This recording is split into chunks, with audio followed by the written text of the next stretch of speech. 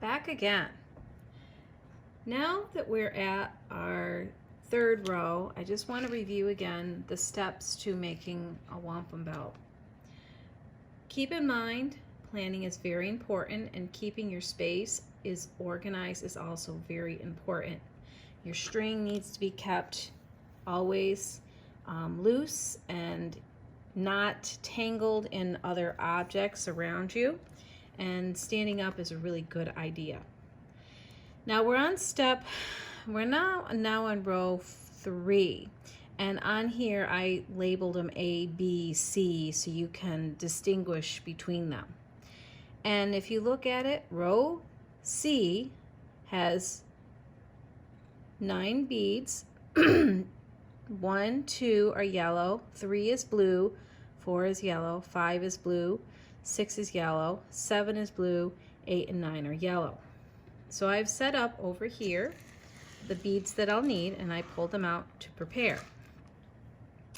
So what I'm going to do is I'm going to start with the first one on row C is yellow, and I'm going to keep doing it. So I'm going to look at it. Third bead is going to be blue.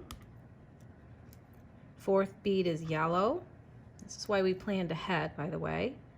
Okay, we're on bead 5. And if you forget, count. 1, 2, 3, 4, 5. Now I need bead 6. Bead 6 is yellow and blue. And the last 2 are yellow.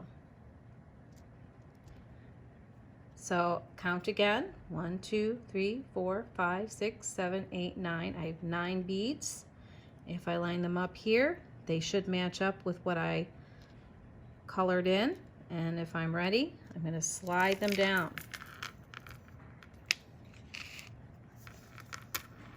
Okay. Now if you remember, you go under.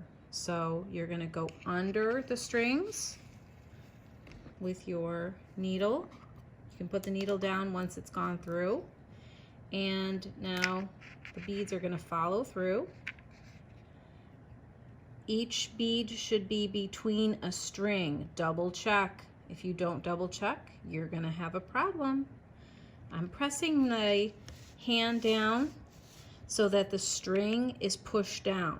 Remember, when the bead goes back through again, the bead needs to go through the beads, but has to go over each string. So when you're going in, this needle is going to go through the top of the bead, not through the bottom. If I go through the bottom, I'm going under that string. I don't want to. I have to go through the top of each string. And as it's going through, you should be able to see the needle. Oh, I didn't go through that time. I didn't see it. When I went through that time, I had to look. See, the needle's going over that string, over the next string, and it's going to keep going. All right, and then when I get to the end, I pull out and through. Good way to figure out if you've gone over all the strings when you went back through is to drop this upside, and if one of the beads is popping down, that means you probably went under the string instead of over it. Okay, I'm going to show you one more row, and then I'm going to let you work on it until you're done. My next row is the same way. I'm going to be doing row D. So I'll need 1, 2, 3, 4, 5, 6 red, 1, 2, 3 blue. I've already got that ready. I'm going to look at my order. Number 1 is red. Number 2 is blue. 3 and 4 are red.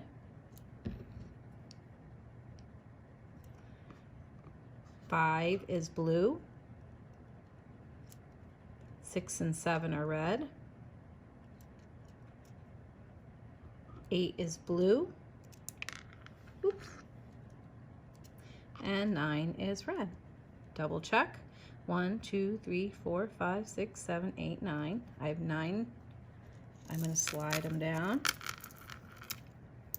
Okay.